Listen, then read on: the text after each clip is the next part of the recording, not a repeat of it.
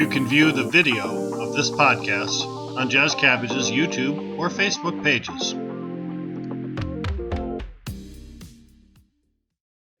Michael. Welcome, Michael Thompson. What's up? What's up? Hey, thank you for joining us, Jazz Cabbage Cafe. Really appreciate you being available for us, and we're really interested to hear what you have to say. And thanks, Rick and Mike and company for helping to facilitate this. Rick, take it away. Well, Michael Thompson, of course, his case has been famous nationally and I believe internationally too. At one time, he was what we believe to be the longest-serving cannabis prisoner in the United States of America. Granted clemency by the governor in December and released from the Bureau of Prisons in January at a 4 a.m. release party surrounded by 20 different cameras. Snow in the cold, but that couldn't dampen any of our emotions. We're so happy to be able to have you join us today, Michael Thompson. Thank you for appearing on the Jazz Cabbage Cafe. Yes, I'm thankful to everybody, and hopefully I can get some kind of platform that I can tell the truth about what's really going on in the prison system and what could be done to help those that can't speak for themselves. You and I spoke on the phone last week, and we talked about looking forward, not looking back, not talking about the situations that landed you in prison, but talking about what you're going to do to help people that are still stuck in there. But there's one question I have to ask. I just learned today, because I was reading online, you had an opportunity for clemency, I think in 2018, and Governor Snyder declined to give you clemency at that point. Right.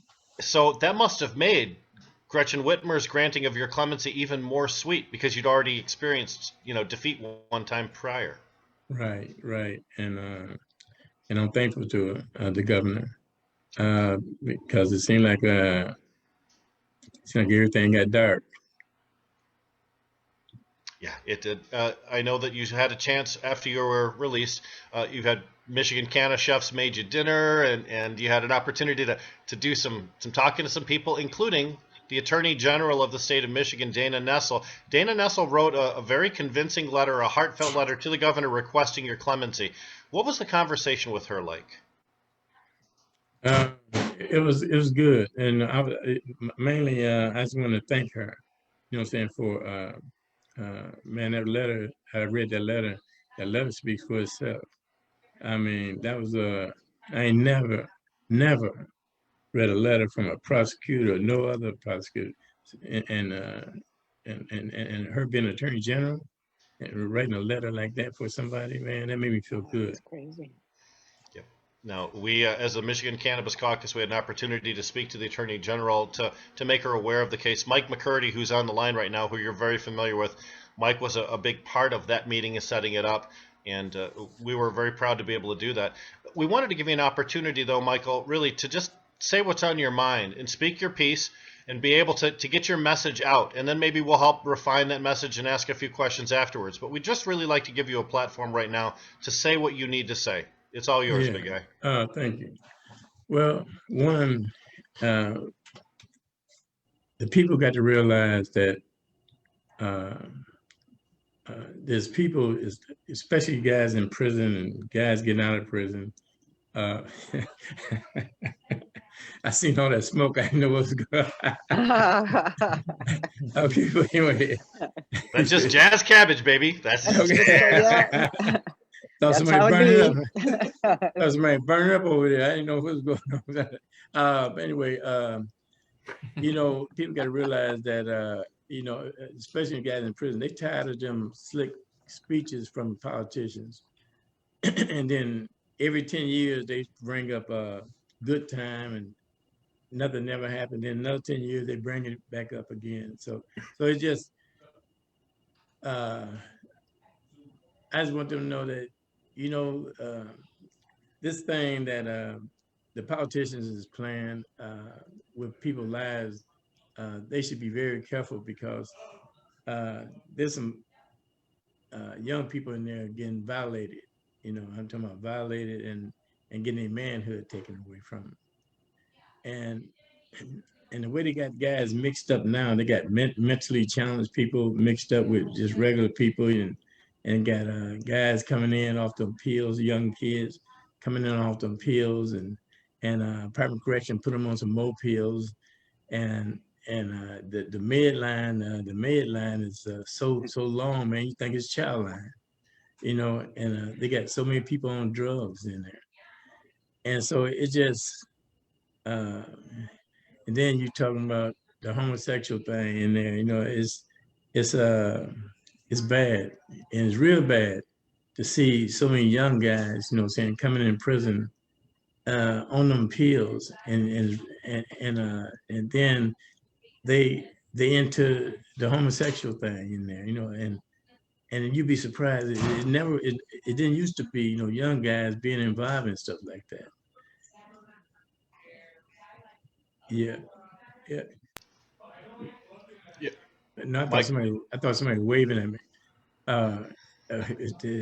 Waving something. But anyway, prison today is real bad, you know, and just like if a washing machine break down, just like in my case, before I got out, you know, saying I was washing my clothes in the toilet stool. You know, I used shampoo it real good, and then I wash my clothes because I could do it quicker like that. And so it just and then the food in there, the food is horrible. The food, you can sneak some out and try to give it to your dog wouldn't eat it. And it's bad.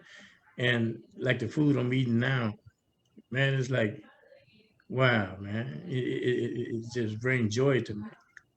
Just to eat food, you know what I'm saying, like the way I've been eating it lately. And I never thought I'd eat the way I'm eating now. I never thought that would happen. Matter of fact, I didn't never think I was going to ever get out. And I thought I was going to die in there, you know, so. And lucky for people like the Last Prisoners Project and Shaun King and Dee Kirkwood and Tanner, the one who written Rolling Stones article for me, and then written his other articles that got Shaun King's attention, and then it got Kim Kardashian's attention, and she's one that got the lawyer for it. And she one that got the lawyer out of Ohio named Kim, another Kim. And see, so, you know, prison life is, you know, like for example, and people got to wake up because they got slick words. Felony murder, you know, there's guys in there been in there using that label, felony murder, lock them up for felony murder. And they've been in there for almost 50 and 60 years. And some guys been in there 40 years. I know a guy named Horace Peterson. He been in there 53 years for felony murder. He didn't have a gun. He didn't kill no one. He didn't go in there to kill no one. But because he went in there with a trigger happy buddy, and he decided to kill somebody, that's the reason why he's been in prison. Then you got a person like Cannon, Michael Cannon. He was in a fist fight. He killed a guy in a fist fight. And he's been in there 36 years. And so the system is broken, man. The system is broken because this person, if you met him, you'll see he's the most beautiful person. You met this guy, Horace Peterson. I grew up with him as a kid, man. I know what kind of guy this guy is. This guy ain't no guy that tote no gun. He ain't nobody that killed no one. But he's been in prison for 53 years. Then that guy, Michael Cannon, he was the one that worked with me inside the prison because I had a thing called Standing in the Defense Against Violence. Yeah. And I had wall-to-wall guys coming to work within that workshop. And it was a beautiful thing. They stopped it. They stopped it. It was wall, and it didn't have nothing to do with no certificates. It didn't have anything to do with any certificates. It had something to do with if a guy want to come in and he want to wash his heart off. And before you do anything, you got to wash your heart off. That's what I told them. And they was trying to get in. They was trying to get in. I couldn't even let nobody else in, but they stopped it. And this guy, Michael Cannon, he's the one that worked with me. And I told him, I said, look, man, when I go hug somebody, you hug them behind me. That's all I want you to do. You know what I'm saying? And what happened was these young guys, they had never been hugged by a grandfather. They had never been hugged by a man. And I hugged them, you know, and you could feel the father in me go into the child of him. And you can feel his body, man. You can feel, and then he just laid his head in my shoulder and cried. So it's so many things, and you know that these guys, they got these programs in there, and these guys getting certificates. Them certificates is only good for the parole board. Them guys, them certificates don't help them whatsoever. All they do is get the certificate for the parole board. So where do the games stop? When does it come to a thing with when it comes to humanity to stop to help somebody, to really actually help someone? Why would you stop something I had going? Why would you stop that was going well? Why would you stop something that was benefiting the people within the system? My thing is, and I want to ask everyone, whatever you can do to help them, whatever you can do to stop the games, I'm here. I work with you to the end. And I just hope you believe in me because I believe in you. Thank you. Michael, you mentioned something about the homosexuality in the jail system, and I want to put a little more of a fine point on it. Prior conversations we've had, you talked about how the domination of individuals takes away their soul and they come out bitter and angry. That's really what you're talking about, right? Using sex as a tool to destroy an individual, right. Not consensual sex between two loving adults, right? No, it's not no consensual sex. It's pretty ugly. It's pretty ugly. Right. Yep. And that's really what we're talking about when we're talking about that. You know, we talked before, and you mentioned it. One of the very first things you talked about when you came out of jail at 4 a.m. in Jackson was the quality of the food.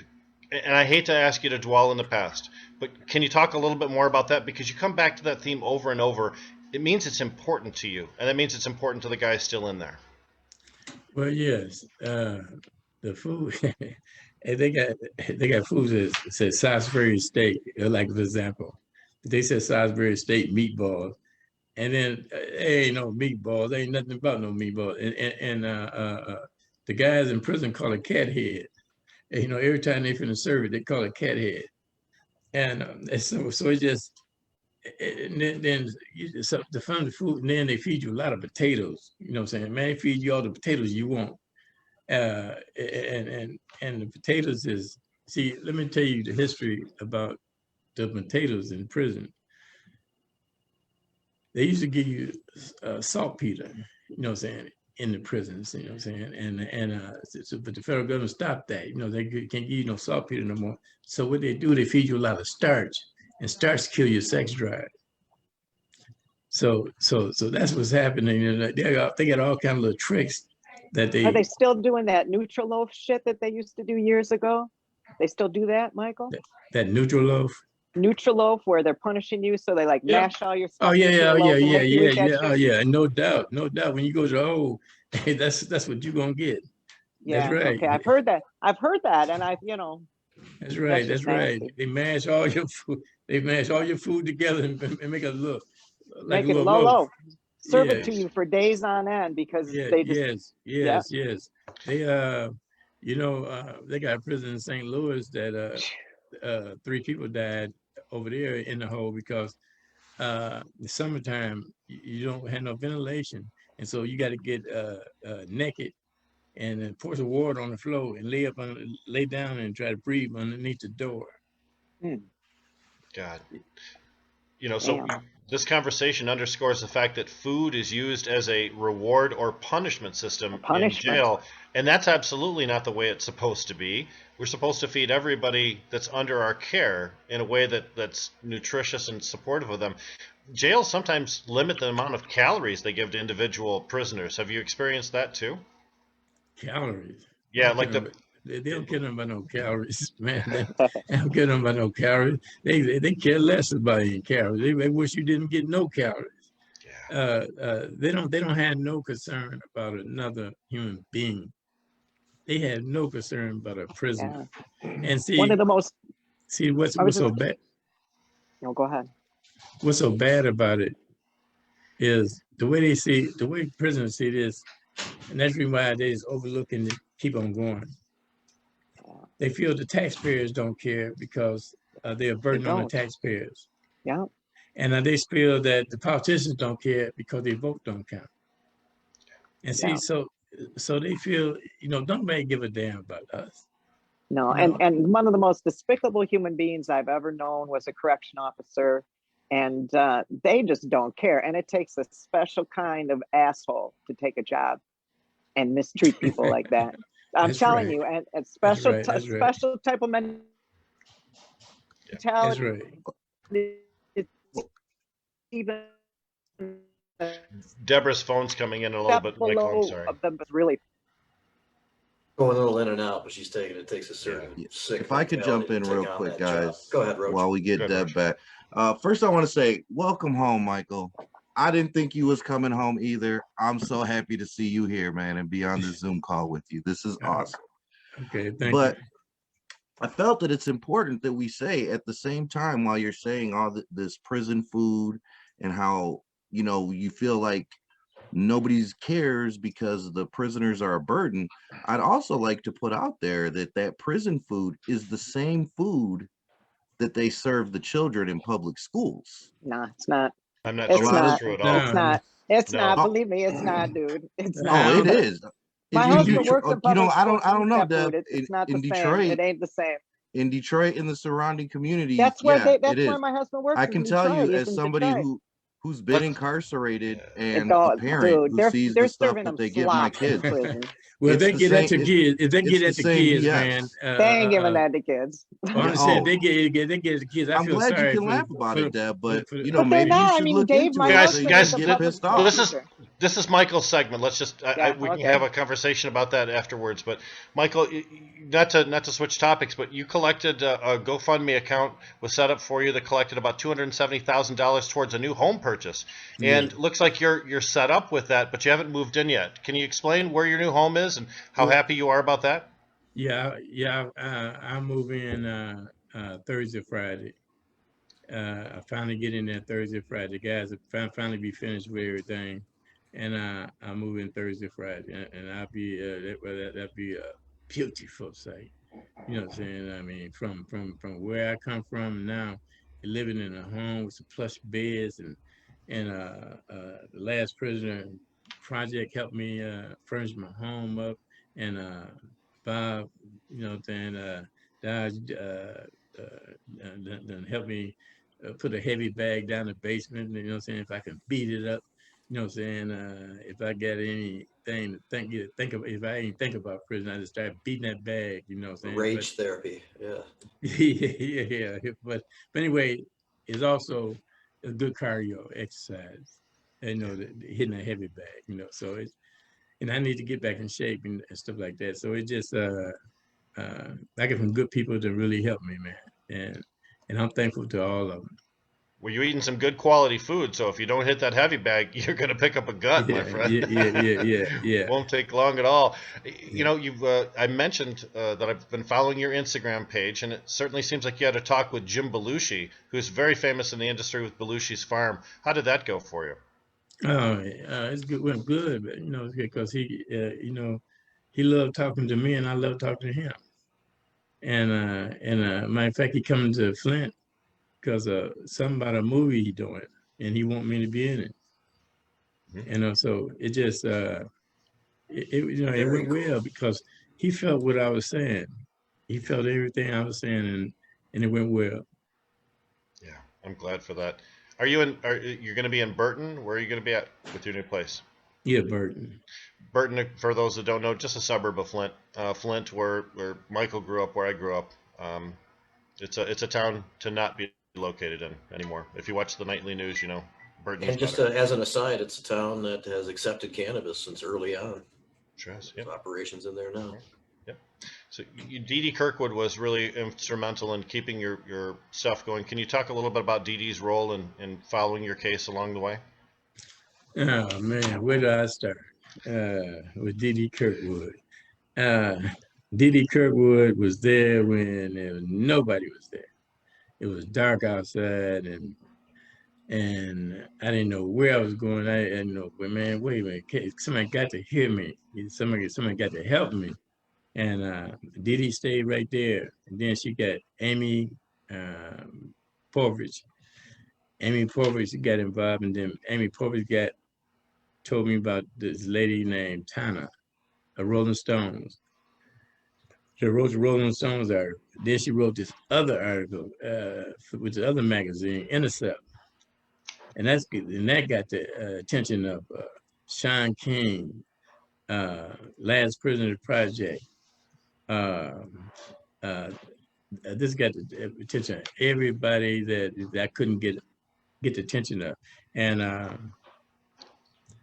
it was that's when Kim Kardashian got me to retain the lawyer out of Ohio, and that's where it all started, man. That's when the ball got to jumping. That's when they came in like troopers, man, and they knew what they was doing, and all I did was just sit back and watch, because I knew that they had two gunslingers on the Last Prisoner Project team. One was named Sarah, and one was named Mary.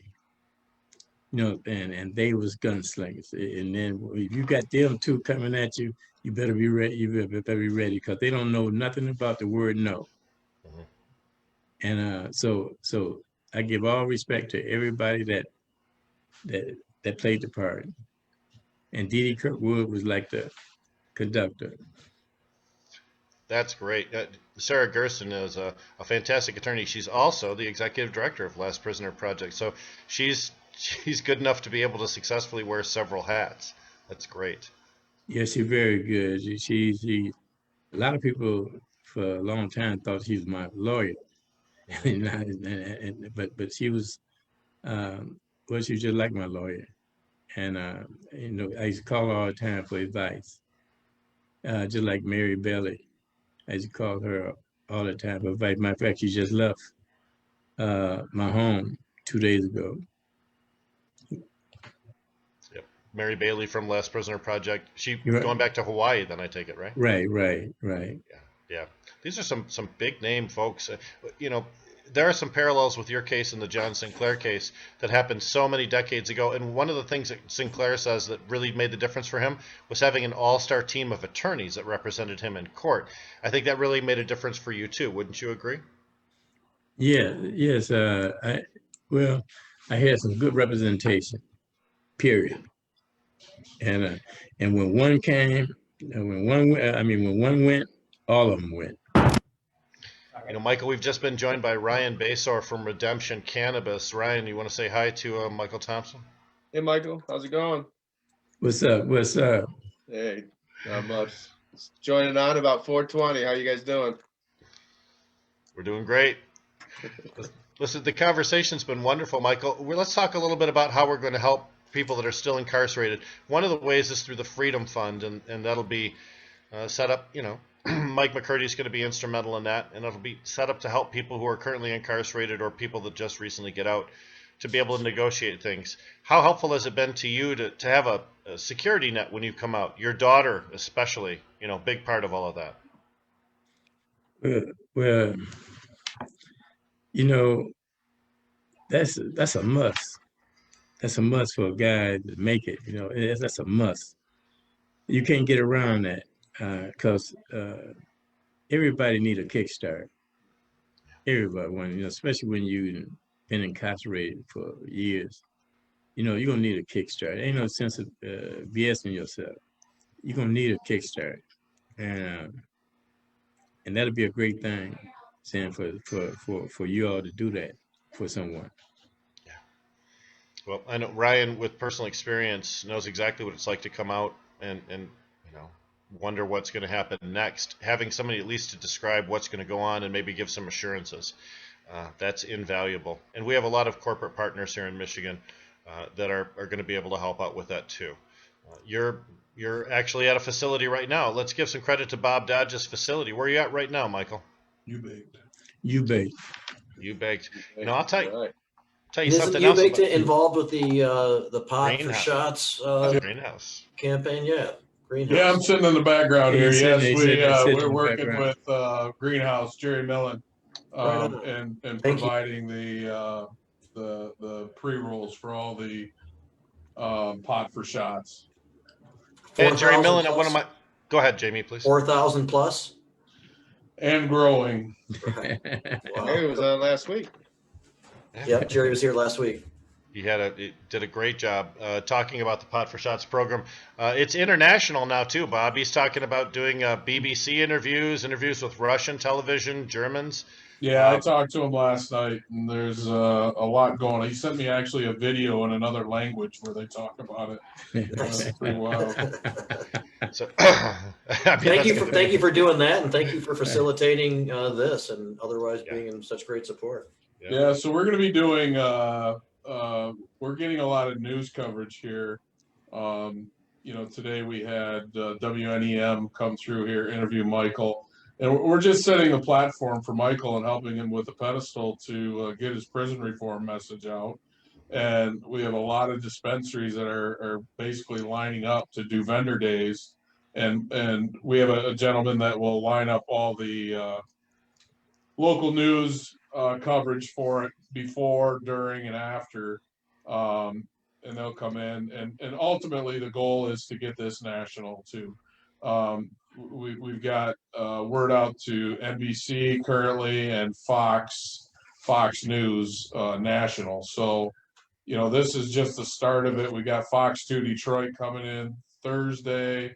Grand Rapids will be coming in. Traverse City's coming in. So we're really trying to get a big wave here. Give Michael this platform to get his message out there. Great, thank you. So, Michael, considering the platform that we've got today, what would be your number one, number two, number three things you'd like to see change within the prison system that would make an immediate impact upon the folks still stuck within? Well, they got some screwed up policies. One is they screwed up and they only benefit missing private correction. It ain't got nothing to do to benefit the prisoner. The other is they can give them some better food. And that's on a serious tip. A lot of them guys go without eating, man. It just, I can understand going on a diet, but they ain't the way to go on no diet. You know what I'm saying? Guys, just afraid to eat, And private correction don't even care, man. They don't even care. They don't care about your health care. They don't care nothing about your health. They don't even care. And that's, where are we going? What happened to America? What happened to, just because the guy's in prison, that don't mean he's a rotten, no good forever. People can change, man. Give them a chance. That's the reason why I say I hear the voices in my head, man. I hear the voices in my head, and it's just so many things you can change. But one thing you can change is change their hearts. Because them correction officers is nasty. They talk to you less than a man. And because they know they can talk to you that way, they don't care. And see, so all I'm saying is, man, somebody, just like I said before, I hear the voices in my head, man. They in my head. And no way they're gonna ever go, man. I'm gonna constantly keep fighting. If I get one guy out, that's one that was still in there and it could have been still in there. But I'm just saying, I still hear the voices. And when I'm leaving that morning, guys waking up, want to see me off, you know what I'm saying? And I hear them say, well, they call me Miko in there. That's what they been calling me for years. And they said, Miko, don't sell us out, man. Don't sell us out, man. Tell the truth. Go tell them. Don't be afraid to tell the truth. Tell the truth. And so I just wish that Department of Correction would tell the truth. Just like I'm going to tell the truth about them.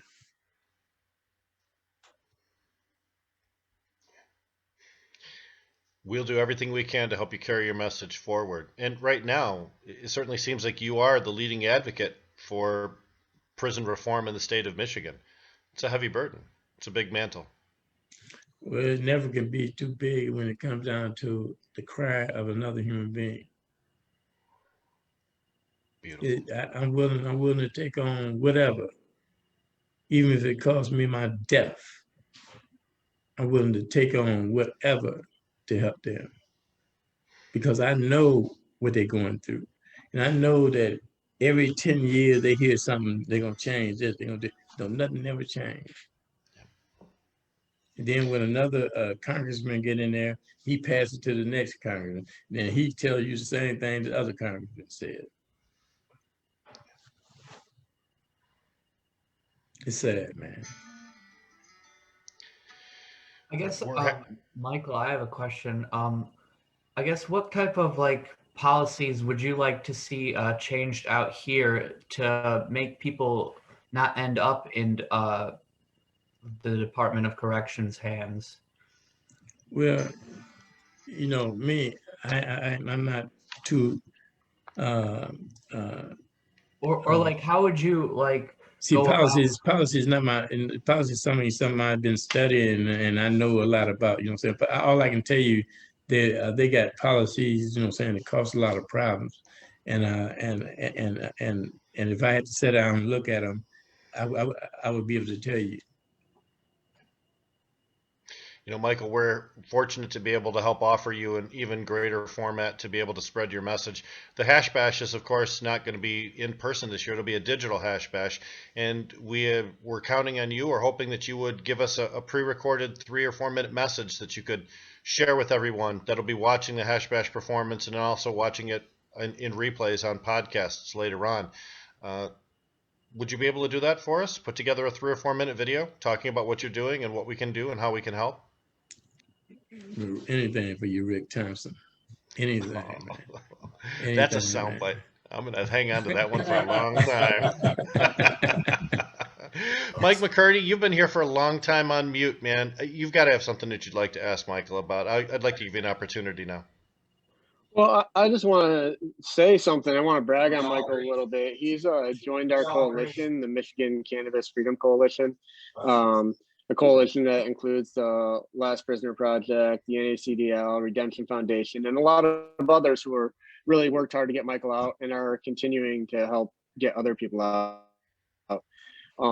We just, as of Monday, we sent a letter to Gretchen Whitmer signed by over 100 foundations and individuals who are part of our coalition to push a clemency project forward. Representative Rabi is going to be sending a letter supporting us to Gretchen Whitmer. So we're really expecting to have a meeting with her soon. We're hoping Michael's going to be at that meeting with us so he can talk directly to the governor. And we really believe we're going to get more people out. We're going to have a clemency project here in Michigan one way or another. So that's really exciting. And Michael, thank you so much for joining our coalition and helping us make that happen. All right, Mike. Good seeing you, man. You too. You too. One of the things that gives you a big advantage, Michael, in my opinion, is the fact that you've got a nephew who's a little bit famous, and his wife is even more famous too, I think. Go ahead and tell us who your nephew is. Well, my nephew is Shelton Neely, the mayor of Flint, Mm-hmm. and his wife, Sydney. She's a congressman.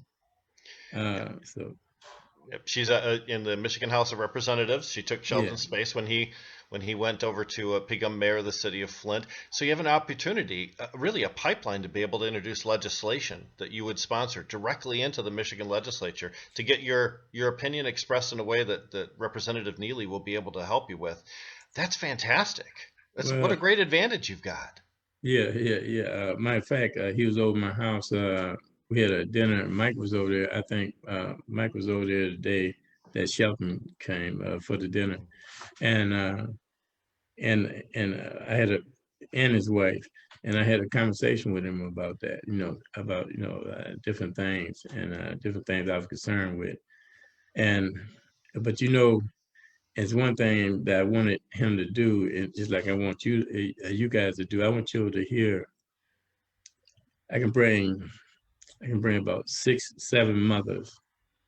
I just want you to hear their testimony about their child that's in prison.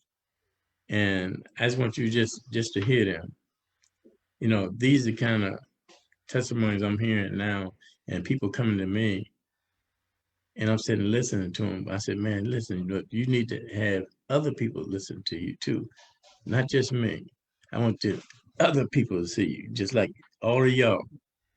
I just want you to hear them. I want them to put them before. I want to put all of them before you.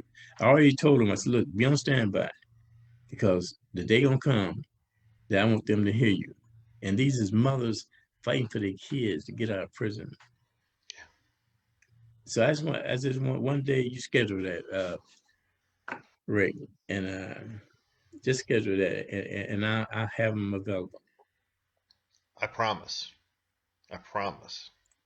We'll do that. All right. And Bob Dodge over there might be able to help us with the location to set up a camera and have some people do some testimony. And Jamie Lowell has this wonderful Zoom broadcast platform that we can use. And Mike McCurdy, of course, with the Freedom Foundation, that's exactly the kind of testimony that would be helpful to raise awareness and attention for that. I think everybody on this call, except for Basor, he's not involved now, but everybody else on this call. Rick, with the momentum, we're going to get started here. As soon as you're ready, I've got we can do it right here in our office. I've got a 80-inch screen behind us, and we can really put on a show with that. And I can actually get the news in on it to do some coverage as well. Our personal experience in the cannabis industry tells us that one of the most moving testimonials ever given to the legislature comes from mothers of sick children. When a mother describes the pain and experience that they've had, people pay attention. And the mother of an incarcerated individual, the wife of an incarcerated individual, the daughter of an incarcerated individual, that's powerful. And I believe that's one of those things that could maybe move someone like Gretchen Whitmer and Dana Nessel, both of whom have demonstrated they have huge hearts. Huge hearts. That's the reason why they thought I was lying to them, you know what I'm saying? They said, come on, they call me Miko again. But anyway, they said, come on, Miko, you ain't pulling our leg like all the rest of them have. I said, no, what I'm gonna do is I got something tonight with Rick Thompson. And I'm gonna ask him, would he listen to y'all? Are y'all willing to come and give me that testimony? And they said yes. So whenever you're ready, I have them lined up in there. Rick, you've got my number, so anytime you want to do something like this, just give me a call or text or whatever. We'll touch base and get it lined up. Ryan, talk for a minute. I want to pass. That's all right, Rick. I was going to pass some of this stuff I'm hearing on to you, and you see how passionate I get. And you see why I'm so emotional, Rick. And I see how emotional you are right now, man. And you real, man. It always comes from the heart, man. And that's the reason why I love talking to you, Ken.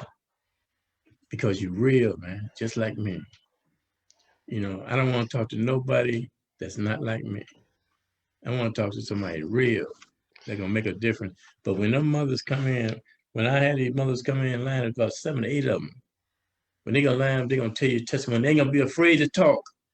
And they're gonna tell you about their child. And that's what I'm trying to tell you. These people got people that love them out here. You know, why would you keep them caged up like that and make them and just let them turn to an animal? Something less than human. So when that day come, Rick, just let me know. And you got my word. I had every one of them here. Well.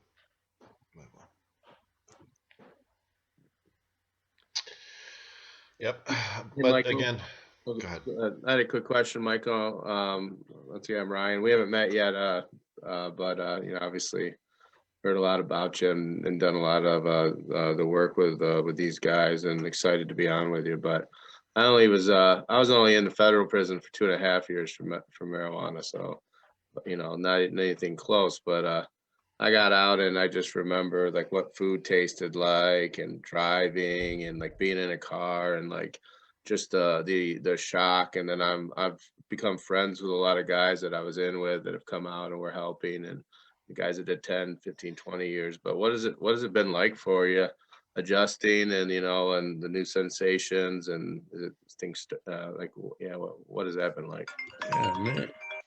It's been a challenge, man. You know, it's been a challenge, man, because I ain't used to all this, man, new stuff, you know what I'm saying? These new cars and shit. I didn't even know how to shift a car, you know what I'm saying?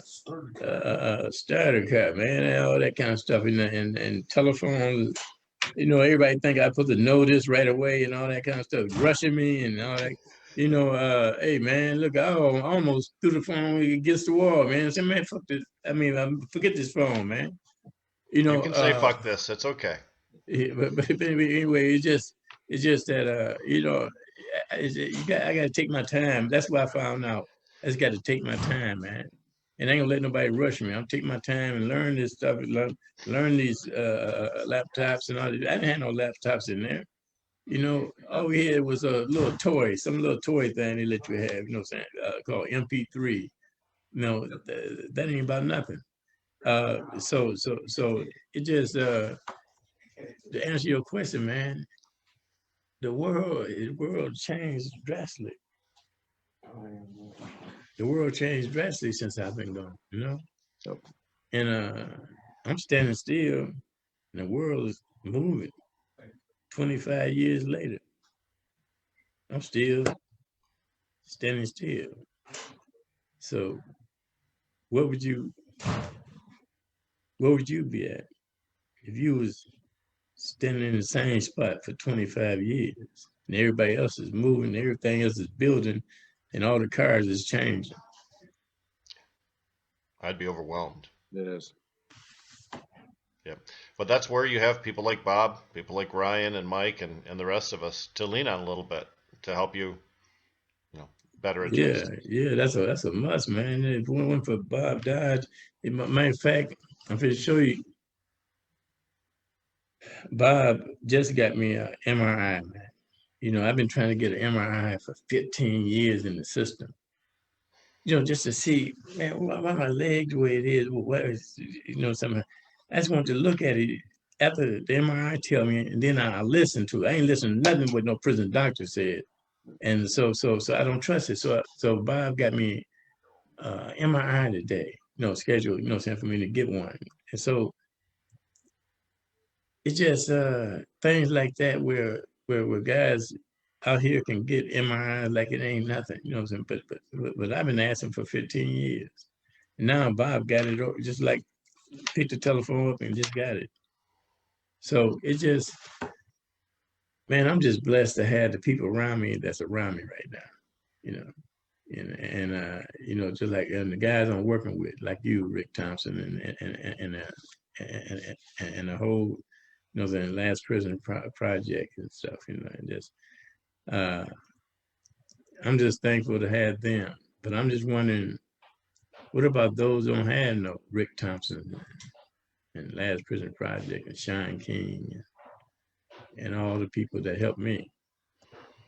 You know, it took me a long time to get a Rick Thompson even look at me. It took me a long time to get a Shaun even care. You know, and so I know how it feels to have nobody fighting for you. Well, maybe that's why prison reform is so important, because instead of having the ability to help a single individual, you have the ability to help everybody at once. There you go. Improving the quality of food, improving the quality of medical care, improving the ability to actually achieve the parole system. I'm sorry to say it was a bitch to get you out. Yeah. I mean, it was a lot of paperwork, a lot of hassle. And now that you're out, 4 years, you're still, still owe some allegiance to the prison system for 4 years after clemency? 4 years. Jesus. 4 years, man, after I did 25. So that means I'm going to do 29 years under their jurisdiction. We have to fix that. We can work together to fix that. Mike is committed to that. Ryan is committed to that. Jamie Lowell, I know, is all in on it. Colin, too. We're all here. All right. I'm thankful to you. But it seemed like, the Attorney General is working with Mike. You know, it seemed like Attorney General's listening. And if she can do something, she will. The governor seemed like, she'll do something, but I'm wondering what happened to fix the damn roads. You know what I'm saying? Man, them roads is raggy out there, and they horrible. They horrible.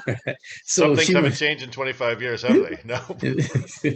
so it must have got kind of hard for her, So that's what I'm saying. Her intentions probably was good, to fix the roads, but something happened with the money. You know what I'm saying? And that COVID-19, that is the baddest thing that ever hit Earth. So I can understand how that COVID can change things up, get money turned this way, take money turned that way. Now she ain't got no money to fix the roads, so. Hey, Ryan has to leave us here for a second. Ryan, is there anything you want to say before you have to go? Just thanks for let me have the opportunity to be on today with Michael. Michael's great to listen to you, and man, there's nothing more powerful than somebody who's been there and lived it, and this, like I hear you talking, is still living it, and all those guys that are back there. So man, we're really blessed to have you out and to have you fighting. So thanks for getting out and fighting. I know that that's a choice not everyone makes. I appreciate it. Yeah, I appreciate you fighting with me. Yeah. You know what I'm saying? I just want you to be there with me, man. Just don't leave me. Oh, you got it. Be there with me. Okay. Thanks, guys. All right. Thanks, Ryan. Michael, you just mentioned COVID-19, and you were diagnosed with COVID while you were still behind the wall, right? Yeah, I was, and I was laid down for 2.5 months, and I couldn't walk. I was in a wheelchair. So that COVID attacked the weakest part of my body. That was my leg. That's when I'm going to get that MRI and see what's going on with my knees sore and all that. You know what I'm saying? So I was going to get an MRI after I get the real results, and then I'll be all right with it. But there's one thing about that COVID: when it attacks you, it may not kill you, but it's gonna leave you something that you got to rehabilitate yourself. And there's one thing about the COVID, just like I said before, that's the baddest thing that ever hit Earth. Shit, I don't care what nobody said. They said some other disease. Hey, that's the baddest thing that ever hit Earth. And if a guy thinks that's a joke, he's a joke, because that is no joke, and people need to take it serious, and they need to get them shots, man. Yeah. So, in prison, you were moved from the regular prison population to the medical center while you were suffering from COVID. Is that true? Yeah, DLW. I mean, Dwayne Waters Hospital. You were there when you had one of the last parole hearings where a lot of people gave testimony on your behalf. Right. That's right.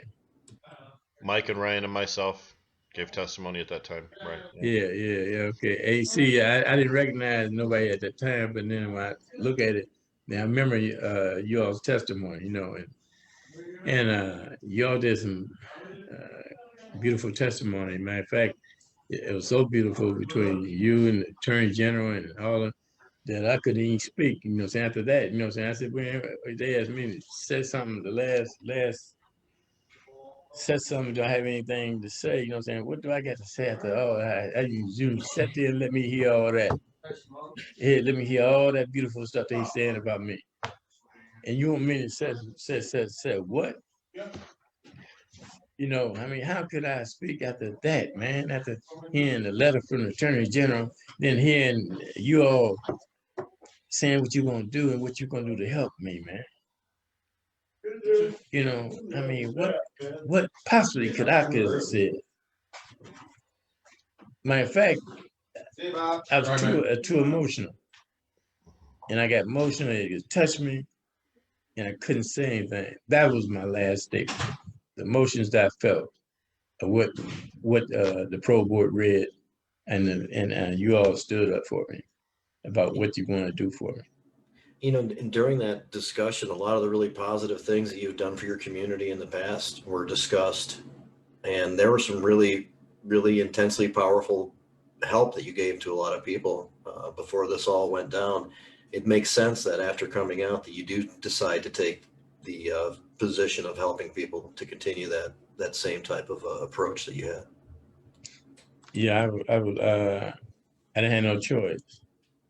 I had no choice because that's just the way my heart is. You know, I didn't have no choice. I'm an honorable man. And honor means everything to me. You know, you can have the baddest woman in the world, butt naked. I'll jump over her to get to that honorable man. Because I know I can always get back to that naked woman. But I can't always get to that honorable man. So I just want you to know I'm an honorable man. And the only thing you gotta do is just watch me from this point on and listen to me from this point on. And you'll be able to feel the spirit of honor that I live with and was born with. That honor was on display before you were incarcerated. Here in the city of Flint, you played a big role in busting up gangs and were given some accolades about that before your police interaction. Can you talk a little bit about what you did in Flint and how you made that happen through the force of your own character? Yes. What happened was I was reading the paper one day and I seen that Prosecutor Weiss was trying to get $400,000 for prosecution and conviction of young people. And I knew that these young people was going to be people of color. And that's the reason why I got involved, because I knew that the new guy was headed towards some bad things. So what I did, I took $90,000 of my money, and it took me 10 months going through little cubby holes, crawling in some little, going in late night and behind the schoolyard, and you know, and I was by myself with a chauffeur. I had a limousine, and he was chauffeuring me, even though he was licensed to carry a weapon. But what I'm saying, you know, one gun, all them guns, you know what I'm saying, surrounding you, so it's just that they welcome me. They just wanted to speak to me. They had a lot of respect for me to even show up like that. So what happened was they used to meet with me, and it took me about 10 months, and I had a dinner, and I wanted them to come to truth, and they lined it up, one side, other side, lined up and shook hands, and then we scheduled a march, and they had the police block all the streets out from my building all the way down to it about 2.5 miles walk to the riverfront. And when we got to the riverfront, the mayor was there, Mayor Sharp. And I shook his hand and I said, I bring you my kids. Get them all jobs, man. And he got them all jobs. And and then that's when the gang problem was no more gang problem. So the $400,000 that Weiss was trying to get for prosecution and conviction of young people, I killed his grant. And so then his ass got on news and said, I'm gonna show everybody that Michael Thompson is not the Samaritan everybody think he is. And he came at me with vengeance. He sent all his dogs at me. But I gave my life for their life. And you really believe that the investigation that led to your cannabis-based arrest was really retribution from a prosecutor that you kind of shamed because you did something he couldn't do. Ain't no doubt about it. It was all in cahoots, the judge, the prosecutor, and the police. They was all bad people. It was all bad people. Their hearts was in nowhere got to do with humanity or being bringing good law to a person, or doing it fairly. It had nothing to do with that. It had something to do with a political hit. That's all it was. What year was that? 1996. I remember the 90s as a period of a lot of unrest, where there was a crack in the 90s was devastating my city, Flint, devastating Detroit, Pontiac. It was going around. It was killing communities.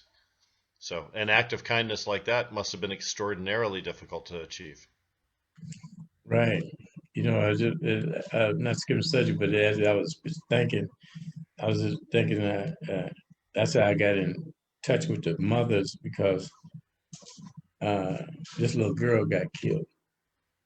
And the mothers called me and they said, Miko, please tell somebody, help us. And see, so they also concerned about the violence in these streets, man. It's horrible in Flint, Detroit, Saginaw. It's horrible, man. And it's so horrible that sometimes it's 10 o'clock at night, and then they say, man, you shouldn't. I'm going in, I ain't want to be out here. I ain't gonna be out here. And so I'm looking at them, I'm saying, dang, it ain't never 10 o'clock. But then I understood, man. I understood when they got to talking, tell me about how these young people are. Yeah, but I got a message from the ladies, the mothers, and they was telling me that them young boys want to meet with me. They asked to meet with me, and so I'm gonna meet with them, and it'll be soon. And I just want to hear what they got to say, man.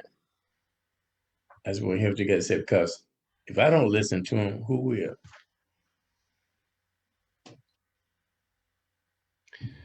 Same way you're.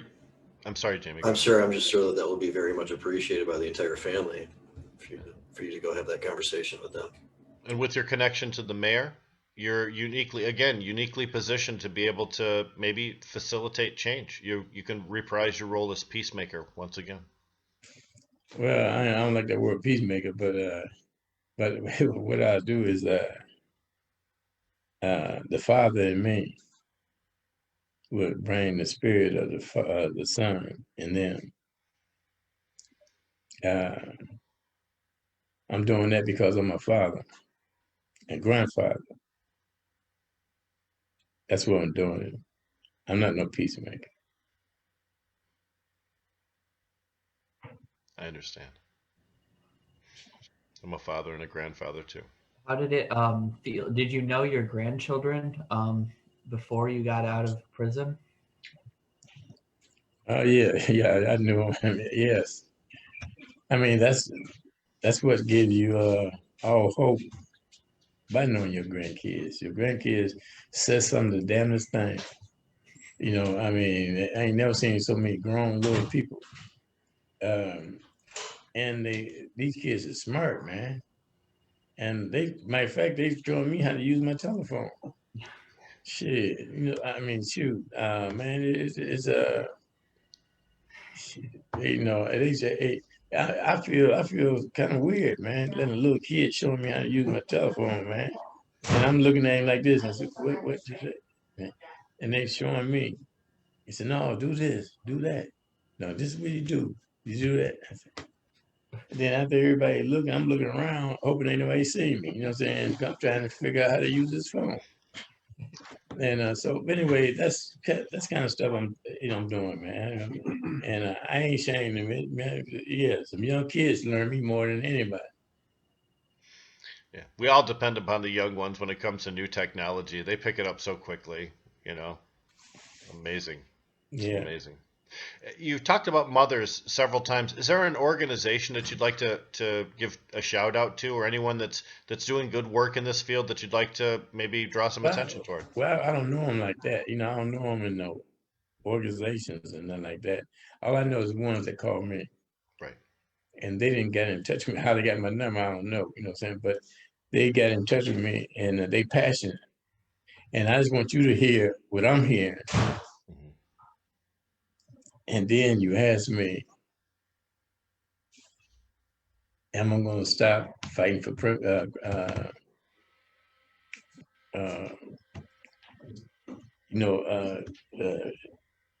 I going to stop fighting for those, that haven't stopped fighting for themselves within the prison system, prison reform.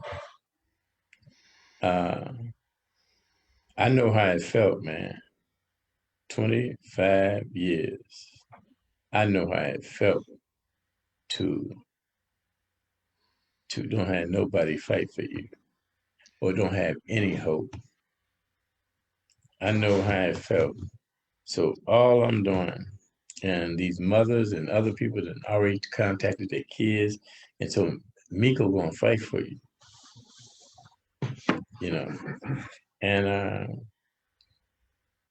And when you hear these ladies and things they told me, and you hear what they said, and you listen to how much hope they got from me, how much they believe in me, and then I want you to look in the mirror and ask yourself, what should I do? Or what would I do if a mother come crying to me and with so much passion about their child, when I know that what they're saying is the truth?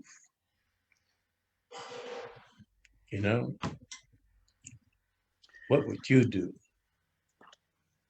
as an honorable man? What would you do? I'm not doing anything different than you would do. But the only thing is, since I got the platform, I want to use it for something beautiful. And what's beautiful to me is to help these mothers and help their child. Now, that's the reason why I call it the red light, green light. If they meet the green light standards, I'm really willing to fight. But they ain't in the green light standards, I can't fight for them. I go and fight for those, that's showing a big change or would be a big change. I can't fight for everybody in prison because thank God they got prisons. But everybody is not meant to be in prison. Everybody shouldn't be in prison. But there's a lot of people that should.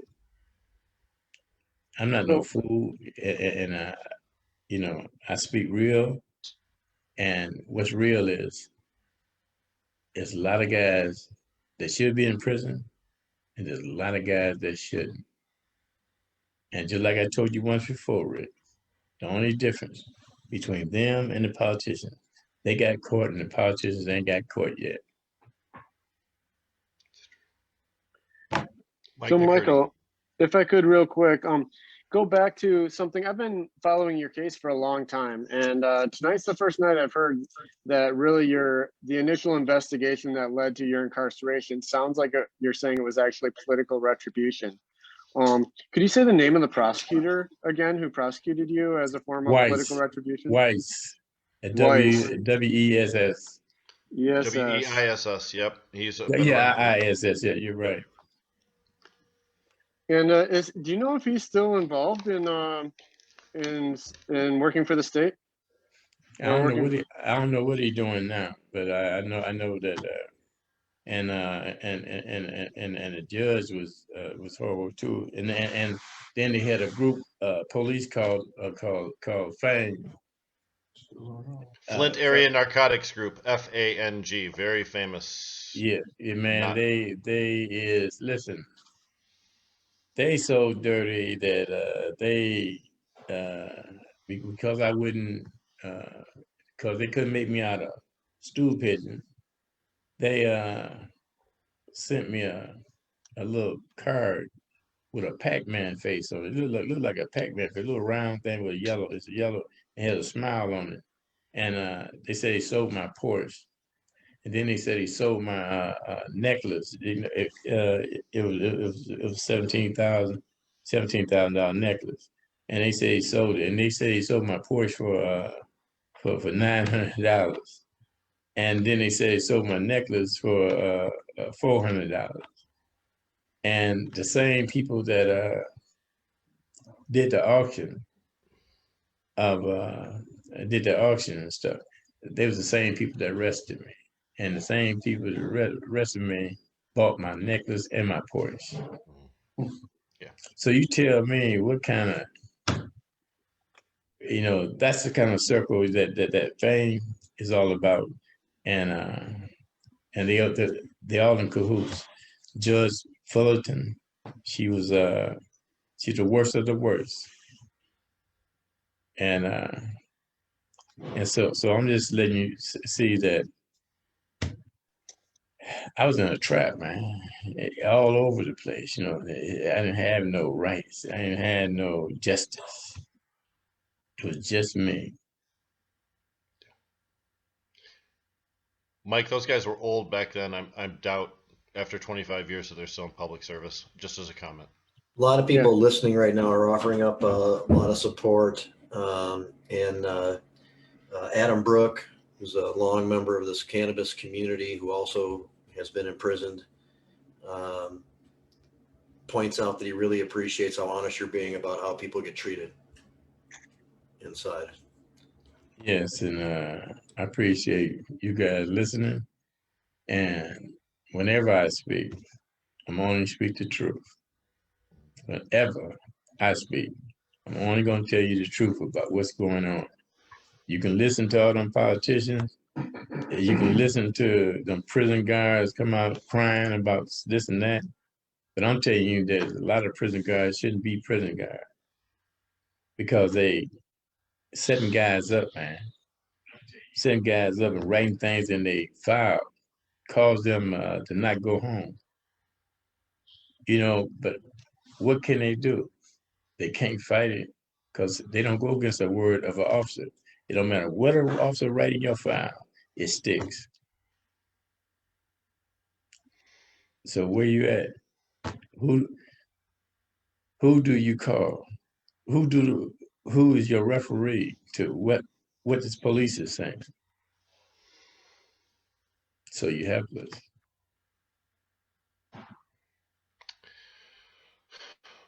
You were in several different places. Jackson State Prison. You mentioned the medical wing that you were in too. Were you incarcerated in other facilities during your 25 years? Yeah. I've been incarcerated at URF. That's up north by Ken Ross. They call it Earth. I was at Muskegon. That's where I caught that virus at, Muskegon. And after I got it, 400 other guys got it, came right behind me. I was at Jackson. I was behind the walls of Jackson for 4 years. I was at Saginaw. I've been at I've been in about about 9, 10 different prisons, you know. What's the reason they move you from prison to prison? Is it I, because of security reasons? I don't know. They move you when you get ready. That's one thing is a mystery. You know, some guys can stay at a prison for the rest of their bit. And then some guys, they move. Seems like that's a method of control, you know. I don't know, because I only received one ticket in 25 years. That's hard to do. One ticket, man. That ticket was being in the music room without a pass. And because I heard the music, and naturally my background of music with Aretha Franklin and all of them and things I was doing as a promoter, I heard that music, and that music just pulled me to it. I didn't give a damn about no ticket. You know what I'm saying? I just heard that music, you know what I'm saying? I was trying to find that music. And so what I did was just so happened, and the police don't normally come back there, but just so happened he come back there then. And he asked me for my ID, and he written me a ticket, and that's the only ticket I received for being out of place. So talk a little bit about your time as a promoter, because that's actually a pretty interesting story too. And that all, of course, took place prior to your incarceration. Yeah, that's you know, I did Aretha Franklin's 5 days in Vegas. I did Patti LaBelle 5 days in Vegas. I did Gerald Levert, Bobby Womack, Temptations, the Isley Brothers. I didn't work with some of the top artists in the country, and so it's just that's what I love, man. When I go into an arena, and when I was a little boy, I used to go into the arena, and I used to have a infatuation for arena. One of, you know, what it looked like with all them asses in the seats. And when I got old enough to do it, I started working for somebody else. And then I started working for another guy, trying to learn the business. And 3 years later, they was all working for me. Yeah. Speaking of work, you also did some work in factories in Flint too, in the automobile industry, right? Right. I worked for AC Sparkplug, which is Delphi now. Yeah. I had 14 years seniority in there. Right. So you came out into a Flint that looks very different. 36 is gone, Buick City's gone. Many of the different automobile plants in the city are gone. But again, the spirit of Flint lives on. Do you still see that desire for betterness, that spark of life in the people that you run into in the city of Flint? Well, I think Flint is a beautiful city. I think they got a lot of potential, man. And I'm telling you, man, when I come back, I thought Flint was Detroit. Shit, all these buildings, all this other shit, I don't know where I'm going. You know what I'm saying? I thought I was in Detroit. You know what I'm saying? Hey, man, Flint done changed. I said, go ahead, Flint. Man, I'm trying to find my way, this way, that way. Buildings have been built this way, and everybody got big businesses here, big business there. General Motors left, true enough, but man, they got some other stuff came in, and they ain't playing. And Flint got a lot of potential, man. And just like I told the mayor, look, man, Flint got a lot of potential. What you gonna do? Flint got a lot of potential, man. I mean, these people want to live. These people want to do something. Only thing you gotta do is just help them. Make it happen. You know, so if you ask me about Flint, Flint is beautiful as far as I'm concerned. And they got a couple of corrections that could be made. Like all this violence and stuff, it could be corrected. That could be corrected easily if they want to. If they want to correct it. Yeah. Well, we've got some fantastic people in the city, and you're certainly one of them. Thank you very much for giving us your time today. Is there a message that you wanted to share with us? I don't want to, I mean, I'll talk to you for another 45 minutes if you can give it, but I don't want to be jealous and take up all your time. No, it's just, I love talking to you, Rick, you know, and just like I told you, anytime you want to talk, anytime Bob, he said everything's available, saying, the platform is here, and anytime you want to talk about some of the things we talked about tonight, or it's something you want to follow up on, saying, hey, look, man, don't hesitate. You see, because I'm not talking to everybody. I'm just talking to the ones that make it matters. Our good friend Darren McCarty, Red Wing former, Stanley Cup champion, says it's not the what, it's the who. When he starts doing things, doesn't matter what you're doing, it matters who you're doing it with. That's right. We were joined by Jim Salim, and I wanted to give Jim an opportunity to say hi and say thank you for what you're doing.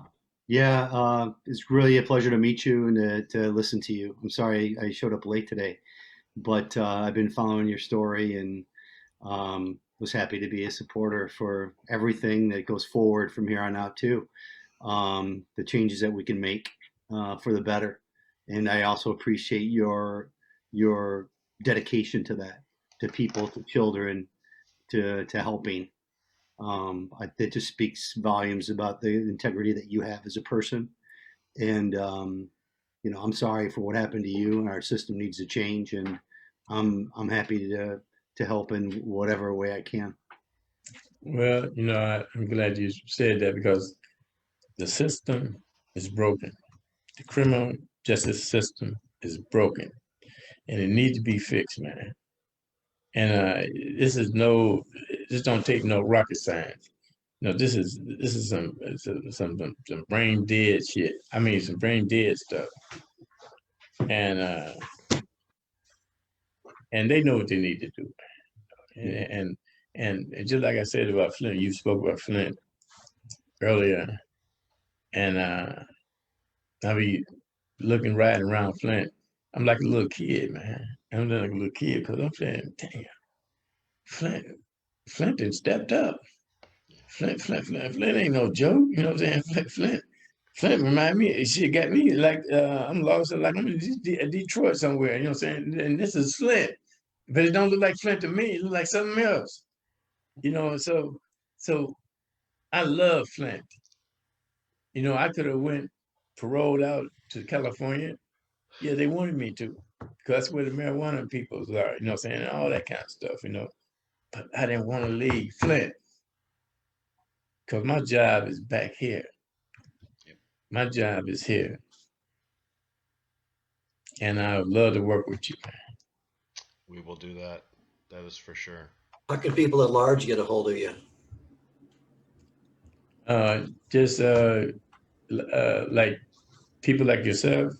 Well, you posted on IG a PO box for. Yeah. I'm going to read that PO box. Oh, you've got the graphic, Jamie? Yeah. I was trying to segue into that. That's why I said that. I didn't mean to. No, for our audio only listeners on Alexa, Spotify, and all the different platforms, it's Michael Thompson, P.O. Box 190263, Burton, Michigan 48519. Yeah, people have been wanting to reach out to me, and so I just rather them reach out to the P.O. Box, and then let me look at it from there. You have a very active Instagram account too, Michael, mtfree.2021, right? Right. And if people want to keep up to date on what's going on with your life, that's one of the ways to do it.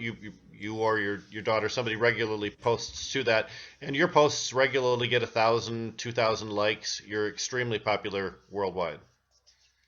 Yeah. That's the reason why I was doing it, because it seemed like people was interested in what I was doing day to day, And so I didn't let them eat with me.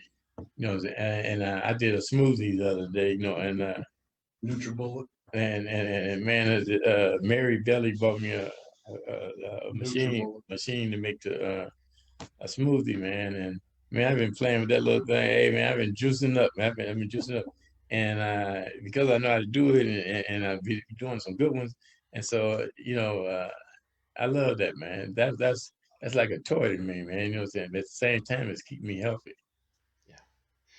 I know the guys from the Michigan Cannabis Chefs came over and baked a dinner for you. I know Mike had a chance to, he's smiling, just remember it. I'm watching Mike up there. Best meal I've had in a long time. Best company too. That sounded like it was just a delight. And you know, the simple pleasures that those of us take for granted, like having a choice of what to eat for dinner, or actually enjoying the food that you eat. Something that you were Well, denied for a long time. Man, it's coming. Just think about this. Here I am, did 25 years in prison. And here I am coming out here and they send me some chefs to cook for me. And here when they cook some of the best food. You can ask Mike, cook some of the best foods. And all kind of stuff, special desserts, special tastes for food, all this and little tiny little bits, but it be so good. And it just, I'm coming out to this, man. What do I have to complain about? Nothing. Man, I'm coming from a chef to eating out, the store. And the store got so much sodium in their food, you know what I'm saying? So much sodium in it, high blood pressure would be your destiny. So it's beautiful, man. Mike McCurdy, can you give some credit to some of the cannabis chefs that were there and participated in that? Because, if we can name them, that would be great. Oh, gosh, you're going to put me on the spot. His name's Corey, the owner of the company. But Corey Roberts, right? Corey Roberts. Is it Corey Roberts? Oh my gosh, I can tell you that I wish I could remember the name of their company right now, because I've been connecting with Corey a little bit on Facebook, and he's got an amazing story. He also served time for cannabis. I believe he did 4 or 5 years, and it was like purely possession stuff. Just incredible injustice that he endured, and yet now he's out. He's free. He's advocating, just like Michael is, for the release of other cannabis prisoners. I'm actually going to be meeting with him in the next day or two. I think, to discuss. He's offered to help with our coalition work to get prisoners out. So yeah, another amazing individual with an amazing story of really being victimized by the state and ready to turn that experience around to help others. So, yeah, hopefully maybe you can have him on your show at some point. Because this coalition is so formidable, there's some national organizations that are looking to come in and really focus some energy and resources on this effort.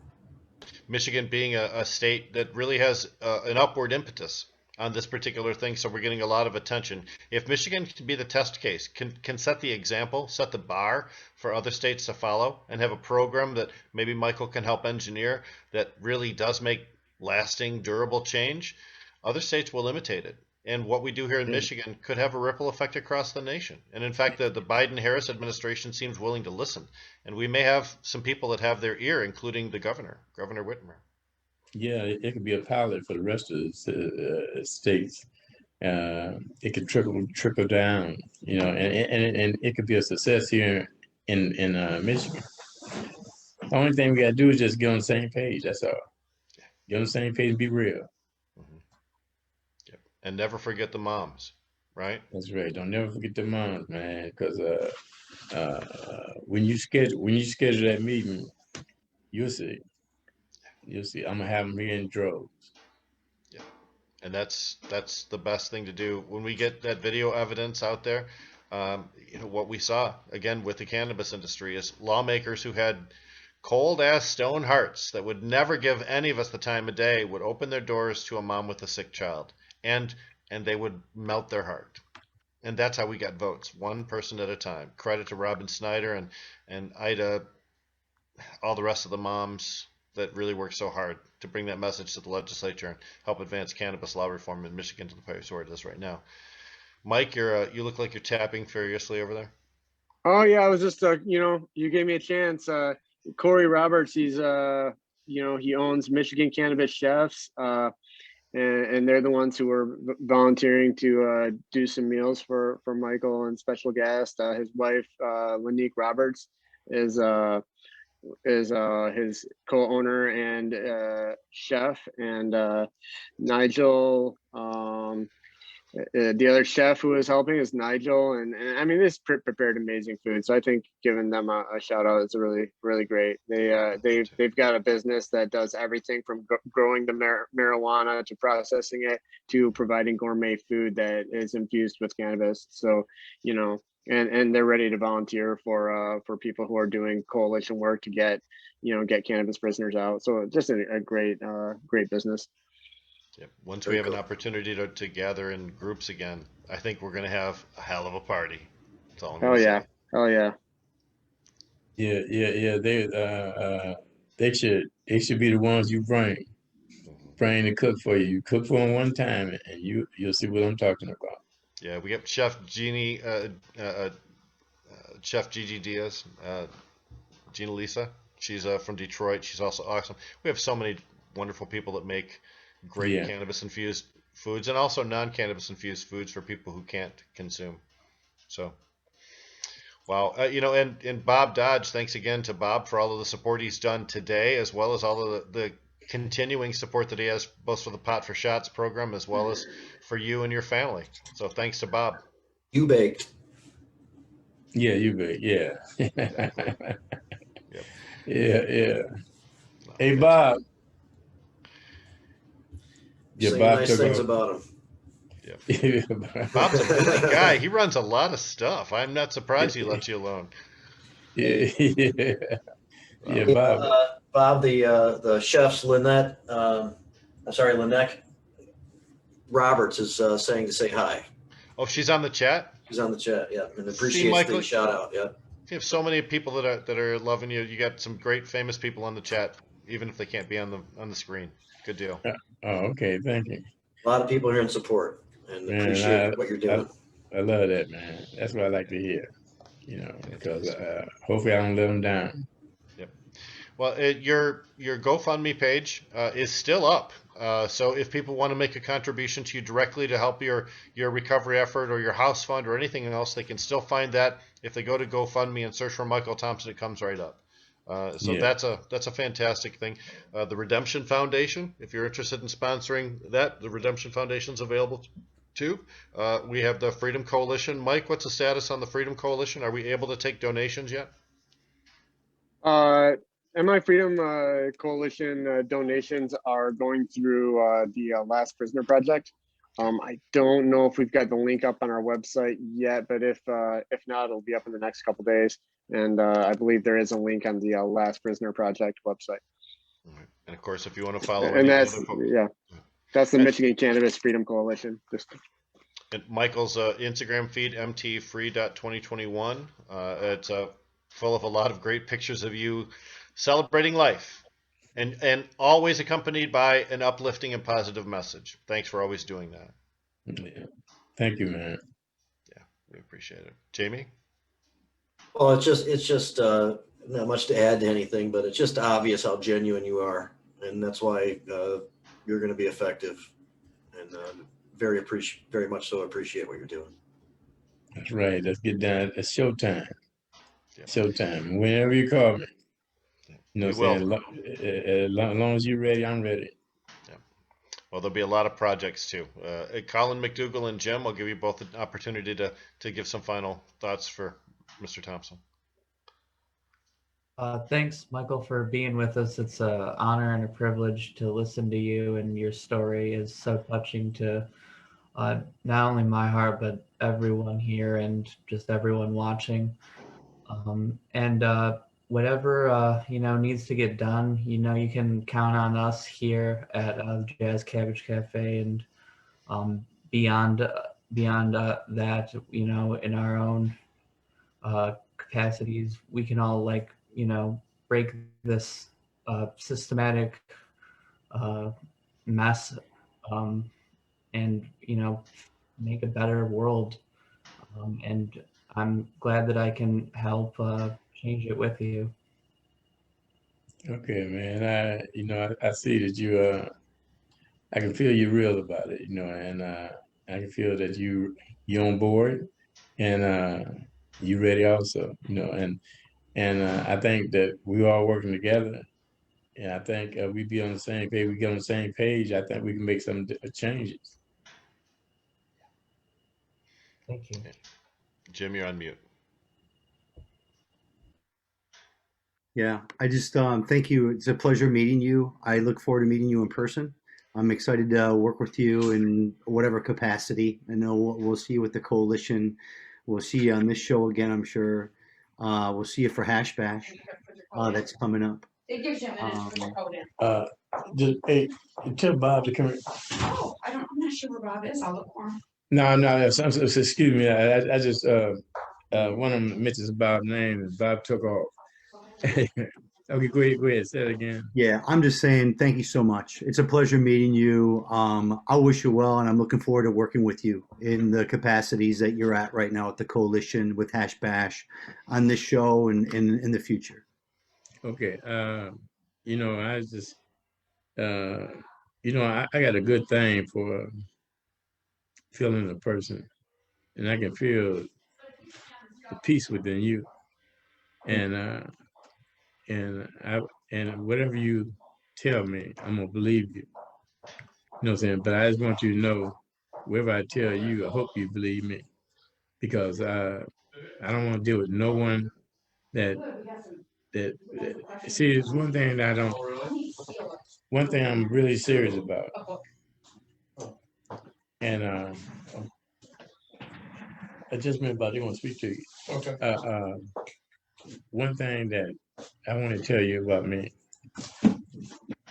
I can't stand a liar, because I stopped my visits because the guy lied to me, you know, on a visit, and he just kept lying to me, coming on a visit, lying to me, and I just took everybody off my visits, and I didn't receive a visit for 20 years because of a liar.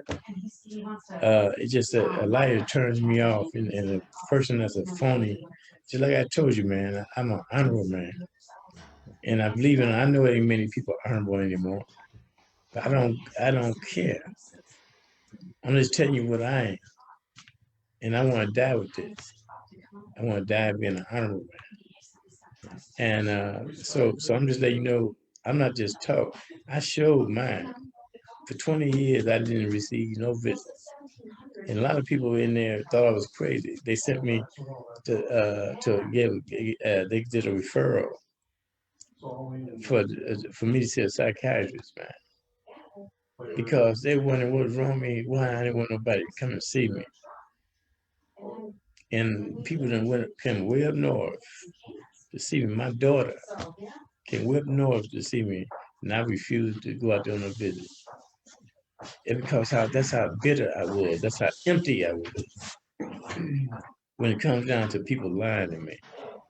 So that's the reason I'm just letting you go. I'm just showing you some of the examples. I ain't just talk. I'm real about it. So I feel the peace that's within you. That's all basically what I'm saying. Thank you. Yeah, I feel it within you and your integrity, and I appreciate that. Okay. Mike McCurdy, I know you got a lot that's going on.